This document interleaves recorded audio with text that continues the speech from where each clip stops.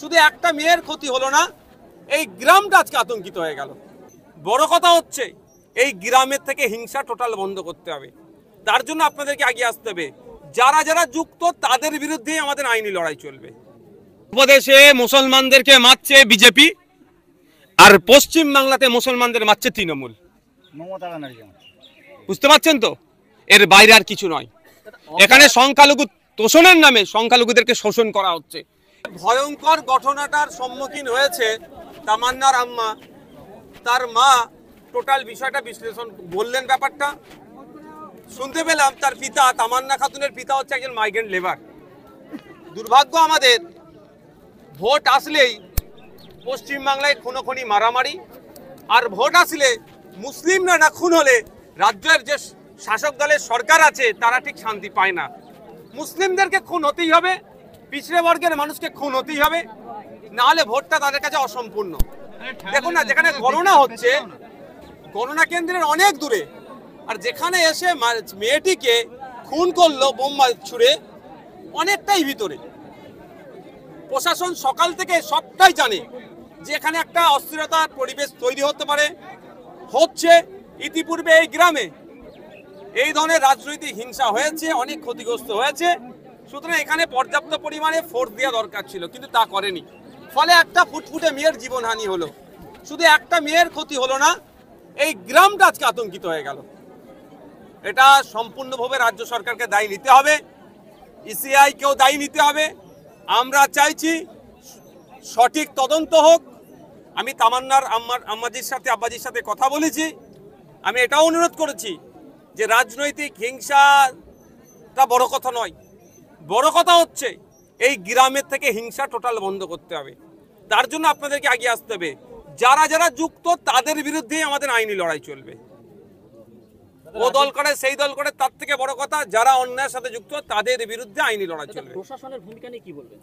দেখুন, ওই দিনকে যদি প্রশাসন কঠোর হাসতে কঠোর থাকতো, অর্থাৎ যেখানে সকাল থেকে ঢিপঢাপ চলছে, যদি খবর পাওয়ার পরে যদি প্রশাসন তার ফোর্স ডিপ্লয় করে দিত, তাহলে এই দিনটা দেখতে হতো না। সোমবারের ঘটনা, আজকে বুধবার মাত্র 5 জন গ্রেপ্তার হয়েছে, 24 জনের নামে অভিযোগ দেয়। দেখুন, আমরা আর কয়েকটা দিন অপেক্ষা করছি, প্রশাসন কতটা দায়িত্ব নিয়ে কাজ করছে দেখছি।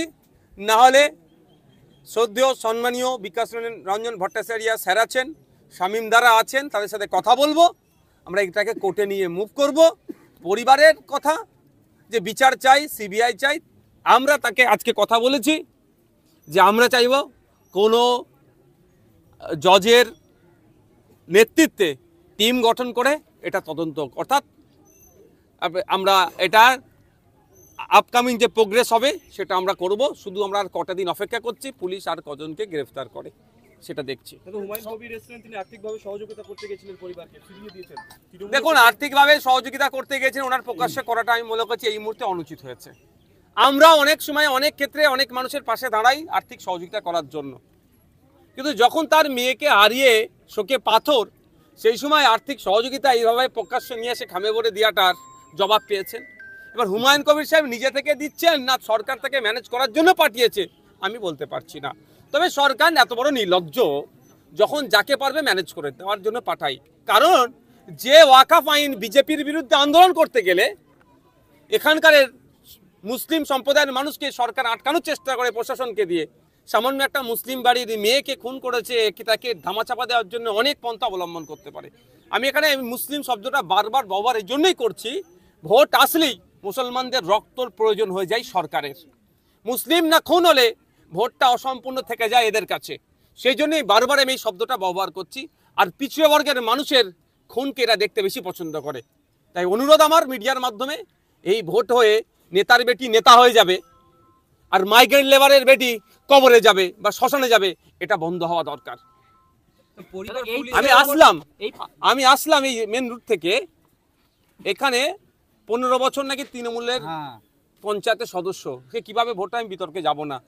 এই রাস্তাতে অল্প বৃষ্টিতেও দেখলাম আসার মতো নয়, কিন্তু তাহলে তারাও যদি অন্তত নিজের গ্রামটাকেও ঠিক করতে পারে, ততটুকু করে না কেন? করতে দেওয়া হয় না।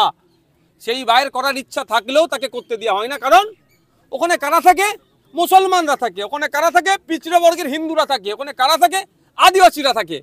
ওদের এলাকায় উন্নয়ন করার দরকার নেই, এমনি ওদের ভোটটা আগের দিন রাত্রে 500 টাকা বিরিয়ানির প্যাকেট দেবো পেয়ে যাব, এই মানসিকতাই চলছে তো। আর এই গ্রামের মানুষ বুঝবে কবে? বগটুই থেকে বারাসাত, মুর্শিদাবাদ, ভাঙড় এবং নদিয়ার বিভিন্ন জায়গায় শুধুমাত্র সংখ্যালঘুরা খুন হচ্ছেন, যেখানে বারবার বলা হচ্ছে এই তৃণমূলের পক্ষ থেকে প্রচার দেওয়া হয় সংখ্যালঘুদের জন্য, বিজেপিকে আটকানোর জন্য তৃণমূল দল, সংখ্যালঘুদের জন্য এই দল, কিন্তু বারবার সংখ্যালঘুরা কেন খুন হচ্ছে? উত্তরপ্রদেশে মুসলমানদেরকে মারছে বিজেপি, আর পশ্চিম বাংলাতে মুসলমানদের মারছে তৃণমূল। মমতা ব্যানার্জি বুঝতে পারছেন তো, এর বাইরে আর কিছু নয়। এখানে সংখ্যালঘু তোষণের নামে সংখ্যালঘুদেরকে শোষণ করা হচ্ছে। এখানে গ্রামের মানুষ আছে, জিজ্ঞাসা করবেন অন টু অন করে, এত বড় গ্রাম, এখানে স্কুলের খোঁজ নিয়ে দেখুন স্কুলটা কত দূরে আছে। স্কুল থাকলেও টিচার নাই কেন? টিচার নাই কেন? টিচার নাই কেন? এখানে ছেলে মেয়েরা, সে তৃণমূল করুক, আইএসএফ করুক, বিজেপি করুক, কংগ্রেস করুক, বাচ্চারা স্কুলে গিয়ে টিচার থাকলে পড়াশোনা করবে, তাহলে মারামারি বন্ধ হবে। তাহলে এরা যাতে আগামী দিনে লাঠিয়াল বাহিনী হতে পারে, এখন থেকে স্কুলে শিক্ষক না দিয়ে এদেরকে ধ্বংস করছে। পরিবার পুলিশের উপর ভরসা রাখছে না এবং তারা বলছে সিবিআই তদন্ত। কি বলবো? কিভাবে রাখতে পারবে বলুন? দুদিন পরে ফরেন্সিক রিপোর্ট, টিম আসছে রিপোর্ট করতে, ও জায়গাটা বৃষ্টি ফিষ্টি হয়েছে, সব শেষ হয়ে গেছে, তো কি পাবে ওখান থেকে? পুলিশ যদি সক্রিয় থাকতো তাহলে তো আপনার এই ঘটনা ঘটতো না। দাদা দেখা গেল ফরেন্সিক টিম চলে যাওয়ার পর জায়গাটা মাটি দিয়ে কোদাল দিয়ে বুঝিয়ে দিল, যদি সিবিআই তদন্ত হয় ওরা তো কিছু পাবে না, পুলিশের তরফ থেকে সিবিআই বিচার বিভাগীয় তদন্ত হলেও হবে না, মানে কোনো জজকে সামনে রেখে কোনো আপনার সব পুরো ফরেন্সিক টিম আশা রাখি এখানকার যে আছে আপনার সব শেষ। এ ডিস্ট্রয় হয়ে গেছে, ধ্বংস করে দিয়েছে। গত দু বছর এটা তো প্ল্যান, এটা এভিডেন্সকে ডিস্ট্রয় করার একটা প্ল্যান।